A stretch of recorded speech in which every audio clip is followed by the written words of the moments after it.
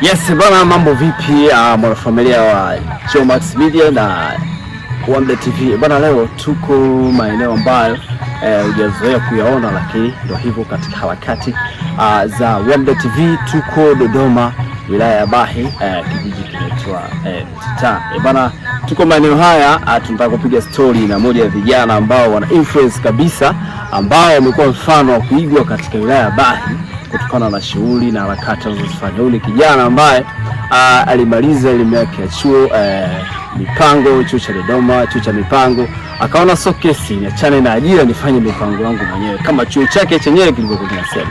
Huyu kijana amekuwa msubutu sana, amekuwa gumzo na story, ana inspire vijana wengi mpaka wale waloko mijini anawa inspire na kuamua kuja kuona kumbe kuna fursa sana nyumbani. Kwa turudi nyumbani tukafanya investment ili maisha mengine yaendelee. Nimkaribishe kijana huyu tuweze kupiga story mbili tatu, kutuambia safari yake ya investment kubwa kabisa. Kama unavyoona hapa nyuma huku kuna maajabu makubwa sana ambayo anayafanya. Bwana, karibu sana mwanetu, karibu sana, tupige story mbili tatu. Nakutia mgoli. Soro yenyewe. Hali. Mambo yasikia ule. Kama kawa. Bwana, chitoe ngogo au twende na vyovyote yani. Lakini angekuepo sola hapa ngombe Kiswahili kama. Okay, bwana, leo tufahamu kwanza kwa majina. Unajua hapa mimi tunafahamiana kama sisi tumesoma wote nini. Lakini kuna yule ambaye anaitazama TV hii ambaye anasubiri kujua fursa unayoifanya akufahamu kwa majina. Bwana, mimi kwa majina naitwa Sylvester Mianzaga Udoba. Ni mzaliwa hapa Mtita, nimekulia hapa. Ndio hivyo elimu nikapatia mpango pale, nimeanza 2013 certificate, nikaunga diploma, nilimaliza 2016. Mipango bado ulisoma nini? Pale nilisoma masuala ya utendaji. Okay. Masuala ya utendaji. Baada ya kumaliza kuhaso masuala ya kuomba ajira, nimeomba ajira sana, nikaona sasa ili swala la ajira mbona linakuwa gumu sana. Okay. Kwa nini siingie huko? Nikaingia kwenye kilimo kama hivi unavyoona.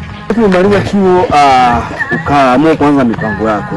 Ni kipi ambacho unahisi kutokana na elimu ya chuo kinaweza kusaidia hata kwenye harakati zako? Kikweli elimu ya chuo imenisaidia kwa kubwa sana. Tengeneza mipango yangu, maana pale mipango wanafundisha vitu vingi sana kwa ajili ya maisha ya binadamu na jinsi ya kuishi na jamii.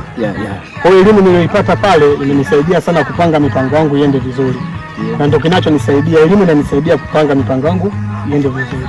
Okay, safari ya ujasiriamali wa kilimo ikaanza. Kwa nini ukaamua kuanza nyanya? Sababu mazao yashako mengi. Nilianza nyanya kutokana na ushawishi. Kuna mshikaji wangu fulani hivi anaitwa Deo, yuko Biawana. Ndio mshikaji aliyenishawishi sana, ni mkulima mkubwa sana. Alinishawishi sana. Alinikuta sehemu napambana.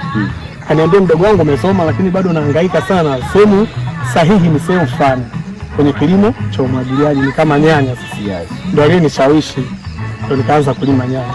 Sasa harakati za kujiajiri kwenye ujasiriamali wa ndugu yetu Sylvester ukaanza. Sasa tunataka tufahamu alianza na mtaji kiasi gani, kwa sababu ndio alikuwa fresh from school. Hebu tuambie ndugu yangu, kwenye harakati hizo za kuanza kupambana na nyanya, mtaji na kila kitu ulianzia wapi? Bwana, mtaji nilianza na mtaji kidogo sana. Ila mtaji wangu nilipata, nilianza na biashara ndogo. Nikana kusanya zile faida. Nilianza na mtaji mdogo sana kama 300,000 hivi. Nilianza, afu mwanzo wa kulima nilianza na ukubwa wa shamba kama wa robo hivi. Okay. Na kadri siku zilizokuwa zinaenda na expand. Yaani na kila awamu ninayolima mimi. Yaani nalima kwamba nalima, kwa mfano nimeanza robo, siku itakayofuata nyingine au awamu nyingine naongeza inakuwa nusu. Okay. Yaani kila step waga naongeza ukubwa wa shamba. Kwamba ile baada ya kuwa umevuna kile ambacho umekipata unaona siwezi nikalima pale, lazima niongeze ukubwa mwingine wa. Na kinachonifanyaga mimi nilime pakubwa au niongezee kulima ukubwa wa eneo tofauti na nyuma. Waga naweka naweka mipango mikakati. Kwamba nimevuna labda nimepata kama 600,000, 700,000, 800,000 kwa mfano. Waga natenga hela kwanza, naangalia kipi nacho kikosa ili nilime pakubwa zaidi hapa. Yes. Kwa hiyo natenga hela au nanunua vifaa vile ambavyo vitanisaidia kulima pakubwa tofauti na nilivyolima. Okay, katika harakati za kuanza kwenye hiyo ulivyoanza na robo heka, kwa mara ya kwanza uliweza kuvuna labda tenga kiasi gani? Kwa mara ya kwanza yani sisi waga tuvuni tenga huko. Waga tunavuna box. Tunahesabu box. Box mara ya kwanza kikweli mara ya kwanza nilitaka ku give up. Maana mara ya kwanza mimi kulima mimi kama mimi tofauti na kushirikiana na yule mshikaji. Kikweli nilipata hasara. Changamoto zilikuwa nyingi, bei kwa mbovu. Soko yani ilikuwa bovu.